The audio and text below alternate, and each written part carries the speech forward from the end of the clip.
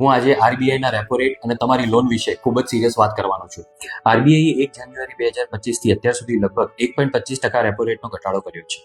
આ repo rate શું છે અને એનાથી પબ્લિકને શું ફાયદો થશે એની જાણકારી હું તમને આ વિડીયોમાં આપીશ.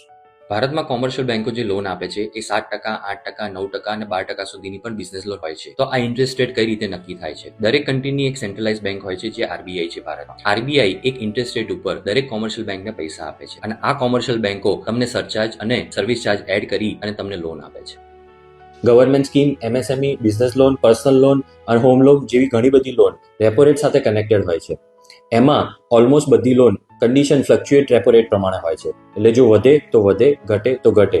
છેલ્લા 10 મહિનામાં 1.25%નો રેપો રેટનો જંગી ઘટાડો તમારા સેવિંગમાં વધારો કરશે. આ ઉપરાંત ગવર્મેન્ટે 1 જાન્યુઆરી 2026થી પ્રીપેમેન્ટ ઉપર પેનલ્ટી સંપૂર્ણપણે રદ કરી છે. જો સરકાર લોન માટે પ્રોત્સાહન આપતી હોય તો તેનો ભાગ બની સરકારની દરેક યોજનામાં મદદરૂપ થવું જરૂરી છે. અમદાવાદમાં થનાર 2030ની કોમનવેલ્થમાં ગુજરાત ગવર્મેન્ટે સ્પોર્ટ્સ કલ્ચર અને ઇન્ફ્રાસ્ટ્રક્ચર ઊભું કરવા જઈ રહ્યું છે. એટલે રિયલ એસ્ટેટમાં ઇન્વેસ્ટ કરવું એ બુદ્ધિશાળી નિર્ણય હોઈ શકે.